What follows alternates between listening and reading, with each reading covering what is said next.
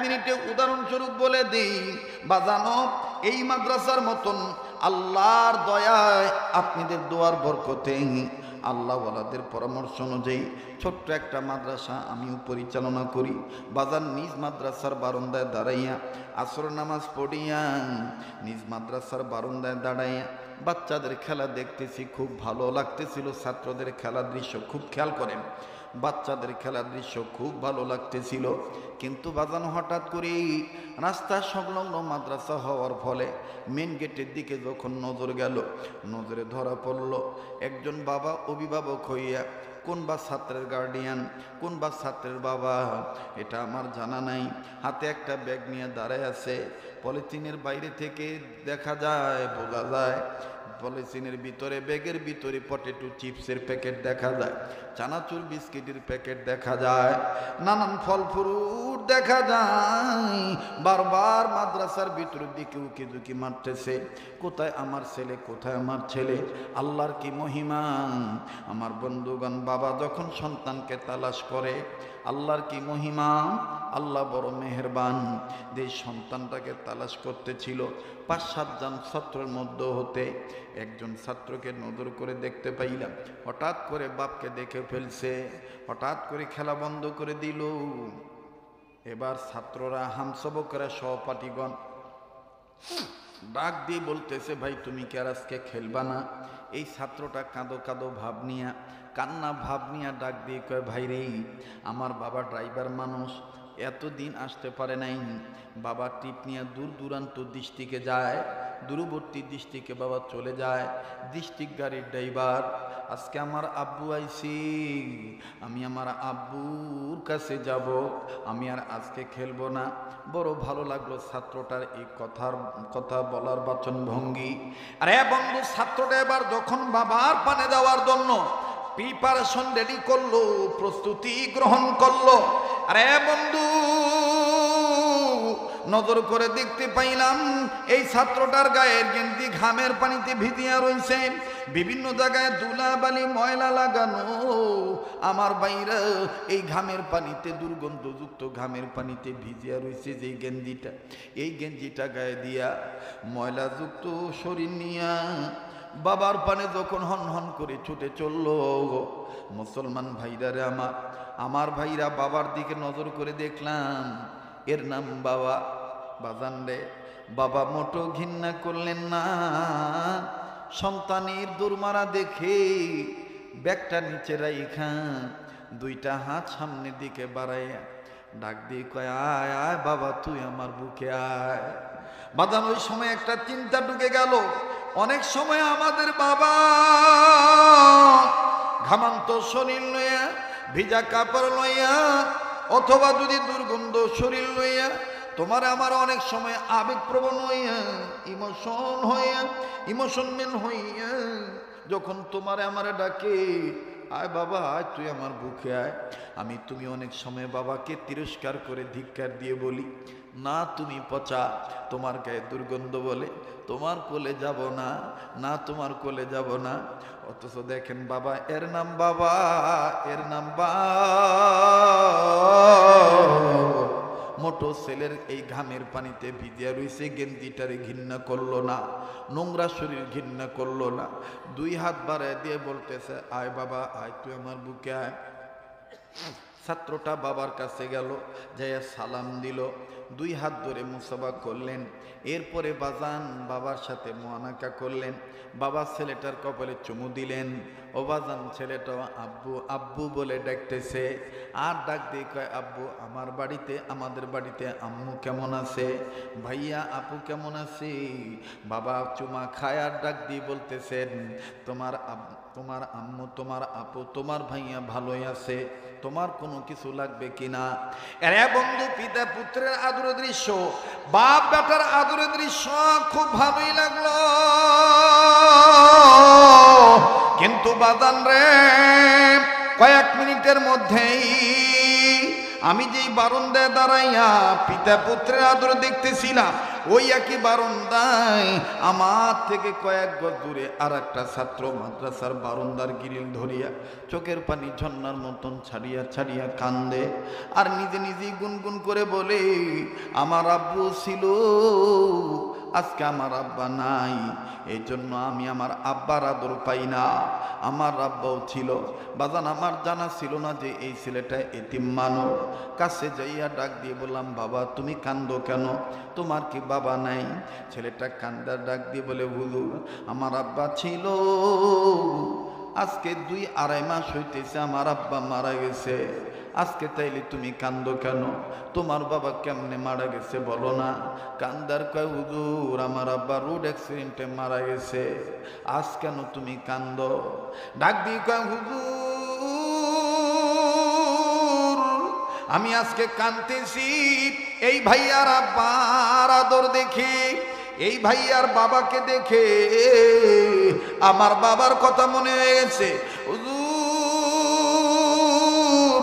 আমার আব্বাও তো এই ভাইয়ার আব্বুর মতন চানাচুর বিস্কিটের প্যাকেট নিয়ে দাঁড়ায় থাকতো, হুজুরদের কাছে বলিয়া আমাকে দোকানে নিয়ে যাইতো, কত কিছু কিনিয়ে দিত।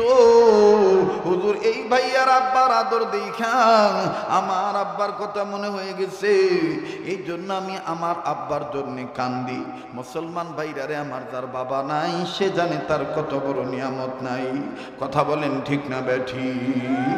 আবার বলবেন, হুজুর আমার তো মা নাই। ও বাজান, যার মা নাই তার মতন বড় দুঃখী তো আর কেউ নেই। আজকে তুমি মায়ের গ্রামে রাখছো, বউরে তুমি দামি কম্বল কিনিয়ে দিছো, আর মায়ের জন্য তুমি ছিঁড়া খেতা দিয়ে দিছো। মায়ের খবর তুমি নেও না, জিজ্ঞেস করলে বলো বউটা আমার শিক্ষিত, মায়েটা আমার গ্রামের মহিলা মূর্খ, মায়ের ছিঁড়া খেতা দিলে কিচ্ছু হইব না। কিন্তু আমার এই বিবি বেগম সাহেবা অতি শিক্ষিত, এই বেগমকে দামি কম্বল না দিলে বেগম থাকবে না। মনে রাখো যুবক, বউ গেলে বউ পাওয়া যাবে, জনম দুঃখিনী মা মরিয়া গেলে এই মার মিলবে না। কথা বলেন ঠিক কিনা?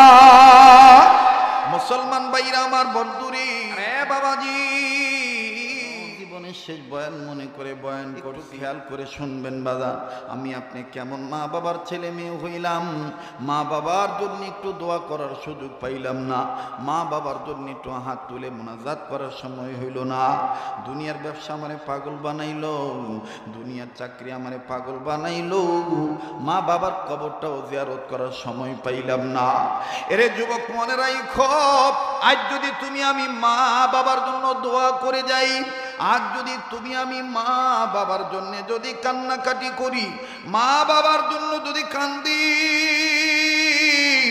নেক্সট ইয়ারে পরবর্তী প্রজন্মে তোমার আমার ছেলে মেয়েরাও তোমার আমার জন্য দোয়া করে যাবে। কথা বলেন ঠিক কিনা? কামা তাদিনু তুদানু, যেমন কর্ম তেমন ফল। আজ যদি তুমি আমি বাপ মার জন্য দোয়া করে যাই, তোমার আমার ছেলে মেয়ে তোমার আমার জন্য দোয়া করে যাবে। বাবা আমার বাইরে দুনিয়াতে যার বাবা নাই তার মতন বড় দুঃখী বড় অভাবী আর কেউ নাই। দুনিয়ায় যার মা নাই তার মতন বড় অভাবী বড় দুঃখী আর কেউ নাই। বাজান কথা বলতে যাইয়া অনেক মাহফিলে এই কথাটা উদাহরণস্বরূপ বলিয়া থাকি। আজকে তোমার আমার দাঁত আছে, এই জন্য দাঁতের মর্ম বুঝি না। যেই বান্দাটার দাঁত নাই ওই বান্দাটাই জানে দাঁতের কি মর্ম। আজ তোমার আমার বাবা মা বেঁচে আছি, যেই ভাই বোনের বাবা মা নাই ওরাই জানে মা বাপ হারানো কি পরিমাণ বেদনা। তুমি আমি ছেলে মেয়ে অনেক সময় মা বাপকে বলতে পারি, মা বাপ কোনোদিন তোমার আমারে বলতে পারে না। কথা কোন ঠিক কিনা? বনে থাকে বনবাদুরি, বাচ্চা ঝুলে তার বুকে। বনে থাকে বনবাদুরি, বাচ্চা ঝুলে তার বুকে। তবু মায়ে বাচ্চা ভোলে না, পড়লে হাজার দুঃখে। বিদেশেতে যদি কারো সন্তান মারা যায়, পশু পক্ষী না জানিতে জানে তাহার মায়। বলেন, পশু পক্ষী না জানিতে জানে তাহার মার মহব্বত অন্তরে নাই? তো বলেন না কেন? পশু পক্ষী না জানিতে জানে তাহার মায়, বনে থাকে বনবাদুরি বাচ্চা ঝুলে তার বুকে, তবু মায়ে বাচ্চা ভোলে না পড়লে হাজার দুঃখে। বিদেশেতে যদি কারো সন্তান মারা যায়, পশু পক্ষী না জানিতে জানে তাহার মায়। দেখেন বাদান মা কেমনে জানে। আরে বন্ধু, মা বাবার জন্য দোয়া করে যাব তো ইনশাআল্লাহ, আমার ভাইরা, আমার দিল বারবার বলতেছে, কেন সাক্ষী দিতেছে জানি না, আমার দিল বলতেছে আজকের মাহফিলে দোয়া কবুল হয়ে যাবে। এই পাগলকে অবহেলা করবেন না। আর অল্প কিছুদিন বাজান বাংলাদেশে আছি, এরপরে আল্লাহ চায় তো পহেলা মার্চের দিকে চলে যাব সোনার মদিনার উদ্দেশ্যে। গোটা রমজান মাস আমি মদিনায় থাকবো, মাত্র 2-3 দিনের জন্য মক্কায় আসব। আমার ভাইরা কথা দিচ্ছি, গাজীপুর অঞ্চলের বাপ ভাইরা, ও খাইলকুর এলাকার বাবারা ভাইরা, শুনে নাও গো বন্ধু, তোমাদের পক্ষ থেকে নবীর রওজা পাকে সালাম পৌঁছে দিতে আমি ভুলবো না। আমি তোমাদের পক্ষ থেকে নবীজির রওজা পাকে রমজান মাসে ইনশাআল্লাহ সালাম পৌঁছে দিব ইনশাআল্লাহ। কাবা ধরে যখন দোয়া করব, তোমাদের জন্য দোয়া করব। ভাইরা আমার, বন্ধুরি, দুনিয়ায় যাদের মা বাপ নাই তাদের মতন বড় দুঃখের কেউ নাই। দুনিয়ায় তারাই জানে মা বাপ হারা বেদনা, যাদের মা বাপ নেই তারাই জানে। বাজান উদাহরণস্বরূপ আমি 1 মিনিট 1.5 মিনিট 2 মিনিটে কথাটা বলে দিই। এই মাদ্রাসাতে দেখবেন অনেক সন্তান আছে, বাপ আছে, মা নাই। আবার অনেক সন্তান আছে, মা আছে, বাবা নাই। আবার অনেক সন্তান এরকম আছে, মাও নাই রে, বাবাও নাই। কথা বলে। এজন্য বলবো যুবক ভাইরা, তোমরা কোন বাপের বুড়া কয়ে গালি দাও? ও ভাইরা, কোন মায়ের তুমি বুড়ি কয়ে গালি দাও? কোন বাপ মার সাথে তুমি রূঢ় ব্যবহার করো? কোন বাপ মার সাথে তুমি খারাপ ব্যবহার করো? এই মা বাপ যেদিন মইরা যাইব, ওই দিন বুঝবা তুমি কত বড় নিয়ামত হারাইলা। ওই দিন বুঝবা তুমি কত বড় নিয়ামত হারাইলা। ভাইজানির জন্য অনুরোধ করে বলবো, মাঝে মধ্যে আমরা যারা বাপ মাওয়ালা আছি, আমাদের যাদের বাপ মা আল্লাহ বাঁচায় রাখছেন আলহামদুলিল্লাহ, আমরা মাঝে মধ্যে যারা বাপ মা হারাইছি, এই 3 সন্তানদের সাথে একটু সময় দেব। যেই ভাইটা, যেই বোনটা মা বাপ হারাইছে, ওর সাথে সময় দিন। দেখবেন ওর অন্তরে বাপ মা হারা একটা বেদনা লেগে আছে। মা যে কত বড় নিয়ামত। আমার ভাইরা, আমি মায়ের কথাও আপনাদের জানা দিই। একের অধিকবার ইন্টারনেটের মাধ্যমে, ইউটিউবের মাধ্যমে, মোবাইলের মাধ্যমে হয়তো বা বয়ানটা শুনিয়া থাকতে পারেন। আমার জীবনের বাস্তব একটা ঘটনা বলতেছি রে বাজান। ও বাজান, আজ থেকে কয়েক বছর আগের ঘটনা। বরিশাল বিভাগে বয়ান করার জন্য যাব। আমার বন্ধুগণ, তৎকালীন সময় পদ্মা সেতু ছিল না।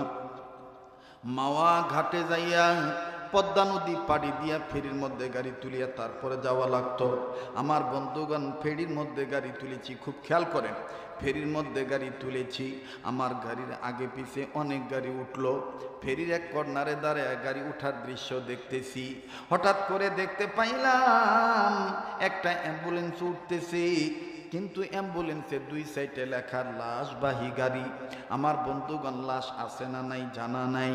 ভালো করে খেয়াল করে দেখলাম, অ্যাম্বুলেন্সের সামনে লুকিং গ্লাসের গোড়ার মধ্যে 2টা লাল কাপড় বান্ধা, আবার বাম সাইডে একটা শিকের মধ্যে, একটা লাঠির মধ্যে লাল কাপড় বান্ধা রাখছে। এর দ্বারা বোঝা যায় লাশ আছে, কিন্তু মহিলা মানুষের লাশ না, পুরুষ মানুষের লাশ, এইটা আমার জানা ছিল না। মৃত ব্যক্তির জন্য দোয়া করে আপন গাড়িতে উঠলাম। ঘন্টা 1.5 ঘন্টা, 1.5-2 ঘন্টা টাইম লাগবে রো ফেরি পাড়ি দিতে। এই পদ্মা নদী রো ফেরিতে বাহন তুলিয়া আমার বন্ধুগণ, এত সময় লাগবে। এই জন্য আপন গাড়ির গ্লাস, পিছনের গাড়ির গ্লাসটা নামাইলাম, বাহিরের উন্মুক্ত হাওয়া গ্রহণ করব। যখনই বন্ধুরে পিছনের গ্লাসটা নামাইলাম, ঠিক তখনই আমার কানে আওয়াজ আসতেছে। ওই অ্যাম্বুলেন্সটা আমার গাড়ির 2 গাড়ির পরেই ছিল। আমার বন্ধুগণ, আওয়াজ আসতেছে, একটা শিশু বাচ্চা কাঁদতেছে, দুধের শিশু বাচ্চা।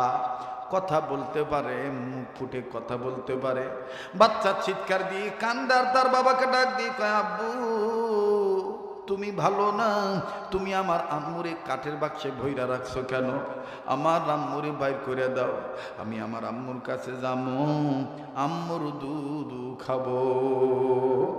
আমার ভাইরা বাবা ডাক দিয়ে কয়, ও আব্বু তোমার আম্মু নাই, তোমার আম্মু মরিয়া গেছে। ছেলে আরো জোরে জোরে চিৎকার মারে। আমার বন্ধুগণ বারবার এই বাচ্চাটা একই কথাই বলে, আব্বু আমার আম্মুরে তুমি বাইর করে দাও, আমার আম্মুরে তুমি কেন কাঠের বাক্সে ভইরা রাখছো? বাজান বাচ্চাটাকে দেখার জন্য নিজ গাড়ি থেকে নামিয়া এই মাহারা সন্তানকে দেখার জন্য যখন রওনা দিলাম, আমার বন্ধুগণ আমার ভাইরা অনেক নারী পুরুষ এই গাড়ির চতুর্দিকে দাঁড়ায় আছে। বাজান রে পরিচিত ফেস, এই জন্য অনেক মানুষ সাইড দিয়ে দিছে। বাচ্চাটাকে দেখার জন্য যখন গাড়ির কাছে গেলাম, যাই দেখি কি করুণ দৃশ্য। বাবার কোলে রানের উপরে সন্তান বসা, আর বাবার বিভিন্ন জায়গার জামার কাপড় ছিঁড়া, বিভিন্ন জায়গায় আমার বন্ধুগণ কামড়ের দাগ, বিভিন্ন জায়গায় হাতের নখের খামচির দাগ, বাবার নাক থেকে রক্ত বের হইয়া আমার বন্ধুগণ এই ঠোঁটের গোড়ার মধ্যে কেমন জানি শুকায় চটা লেগে রইছে। বাজান রে বাপটা বড় অসহায় মনে হইল। আমার বন্ধুগণ আবার যখন বাচ্চাটা বলে, আব্বু আমার আম্মুর কাছে আমি যাবো, আম্মুর দুধু খামু, আম্মুরে বাইর করে দাও, তুমি ভালো না, তুমি আমার আম্মুরে কাঠের বাক্সে রাখছো কেন ভইরা? তুমি বলতেছো আমার আম্মু মইরা গেছে, আমার আম্মু ঘুমাইতেছে, আমি আমার আম্মুর কাছে যাবো, আমার আম্মুরে তুমি বাইর করে দাও। বাজান রে ভেবেছিলাম ছেলেটা একাই, কিন্তু না না না, কানে আরো আওয়াজ আসতেছে, দুটি কন্যা সন্তান গুনগুন করে কাঁদতেছে। আমার ভাইরা ভালো করে আগ বাড়িয়ে যখন মাথাটা গায়ে দিয়ে দেখতে পাইলাম, নজর করে দেখতে পাইলাম বাবার এই কফিনটা, বাবার লাশের বাক্সটা, মায়ের লাশের বাক্সটা। আমার বন্ধুগণ একটা মেয়ে সন্তান মায়ের লাশের বাক্সের উপরে মাথাটা এইভাবে ঠেকায় দিয়া মায়ের বাক্সটা নাড়াচাড়া করে আর ডাক দিয়ে কয়, আম্মু। আব্বু বলে, তুমি নাকি মরে গেছো? ওই আম্মু, আম্মু মরিয়া গেলে কি মেয়েদের সাথে কথা বলতে পারে না? আম্মু ভাইয়া দুধু খাবে, তুমি কি শুনতে পাও না? এই দেখো মাথার চুল এলোমেলো হইলে তুমি পাগলি বলে পিট্টি দাও। দেখো আমার আব্বু দাদু বাড়ি নিয়ে যায়, দেখো নানু বাড়ি নিয়ে যায়, আমার মাথার চুল আশ্রয় দেয় নেই। আম্মু আব্বু বলে, তুমি নাকি মরে গেছ।